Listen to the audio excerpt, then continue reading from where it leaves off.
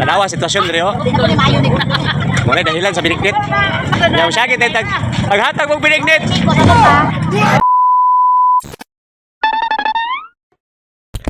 Maayong adlaw mga ka-idol, uban ko ninyo mga ka-idol sa atong pag-adto sa merkado kay holiday na naman pod ug Holy Week naman pod.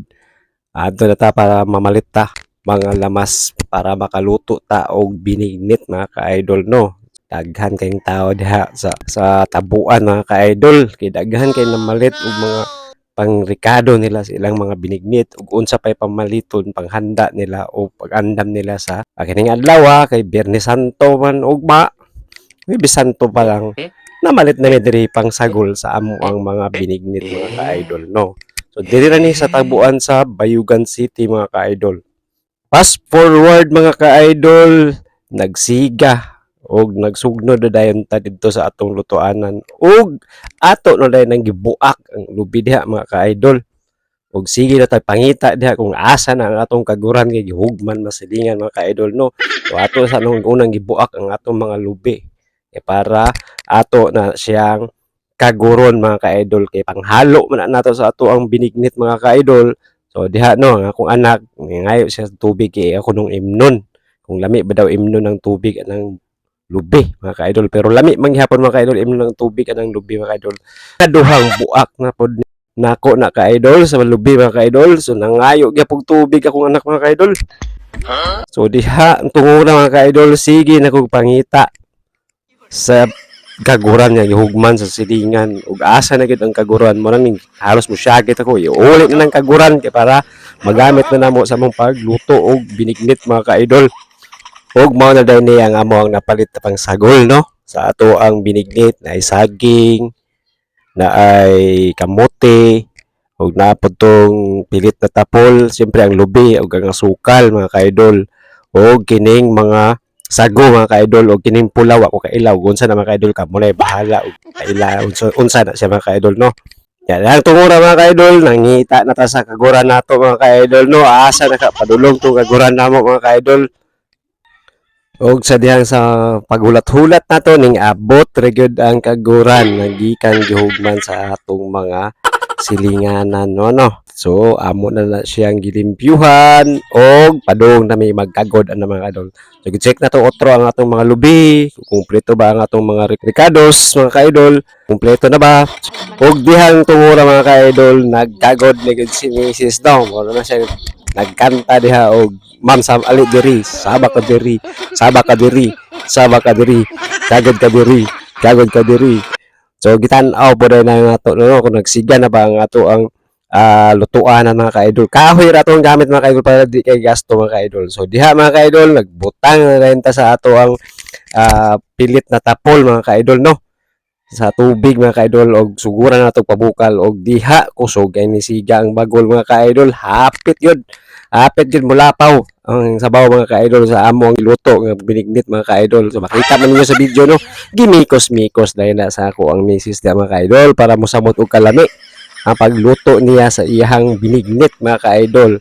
So tradisyon man gid sa ato sa diri sa Pilipinas o diri sa probinsya na magbuhat og binignit pagka Semana Santa no mga ka-idol. So diring napita mga ka-idol, gikumot-kumot na pod, gikumot-kumot ug nagkumot-kumot kay kinahanglan man gid na kumot-kumoton ng gata mga ka-idol para magawas gid ang iyang pagkagata niya sa lubi mga ka-idol no.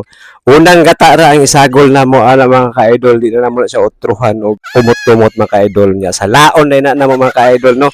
Gisala na dayon namo para mawala niya. Gihagbong na dayon ni Mrs. ang sago dito sa pinakuluan na pilit na tapol mga ka-idol.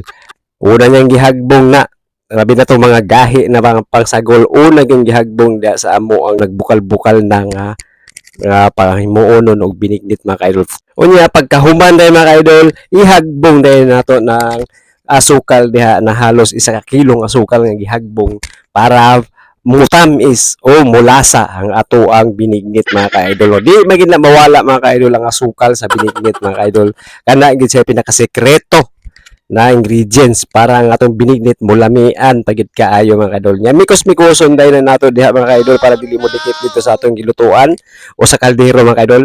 Dihang tungo na mga kaidol kaming bukal gihagbong na po dayon ni Mrs. ang iyahang mga sagol na gahion na kamote mga kaidol. Simple ra ni mga kaidol, gamay ra rikado ang among binignit mga kaidol. Basta lang namin binignit karong na Biyernes Santo mga kaidol no. Kining adlaw din mga kaidol, Biyernes Santo sa buntag mga kaidol. Gihagbong na ni Mrs. no ang pagsagol namo nga kamote. Makita ninyo da mga kaidol o gimikos-mikos dayon o huwat-huwat dag mikos-mikos, kanta-kantahan dayon. Kaya pagkahuman mikos-mikoson mga kaidol, mo sakto nang mix na siya, ihagbong na po na to ng usa na tawag anang color pink wala siya mga kaidol. Wag ko kailangan na ba mukhaon ako binignit pero wag ko kailangan na siya unsa na siya mga kaidol. Kamo na lang bahala magpailaan na mga kaidol sa akong video. Unya, iyabo na po dayon nato ang isagol na po dayon nato ang data dito sa nagbukal na binignit na sagol-sagol na binignit no nya mikos-mikos dayon sabay tabang lento diha ning tabang yapon to dag mikos-mikos mga kaidol na kaidol nga mikos-mikoson din nato na kadali mga kaidol so dala mikos-mikos init kayong panahon so abot diha mga kaidol fast forward alam palaputo na nato kadali mo pwede na dahil na siya mga ka-idol. Wonder ko mga ka-idol ba kung kinsa gid ay naka-imbento anay magbuhat og binignit no.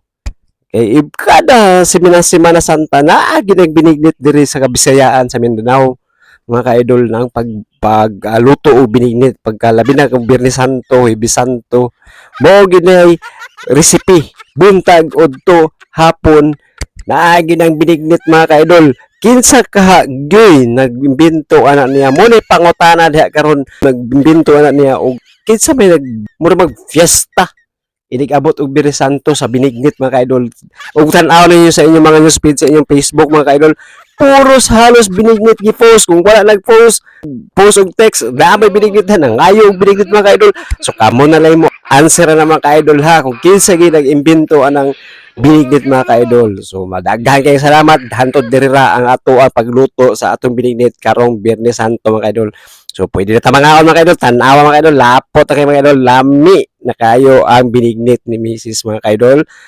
Kaon na din tayo mga ka-idol. Hantod dirira atong video. Salamat sa inyong pagtanaw. Kaya kabulimot i-follow ang atong page ug ang page po ni Mrs. mga ka-idol. Salamat po.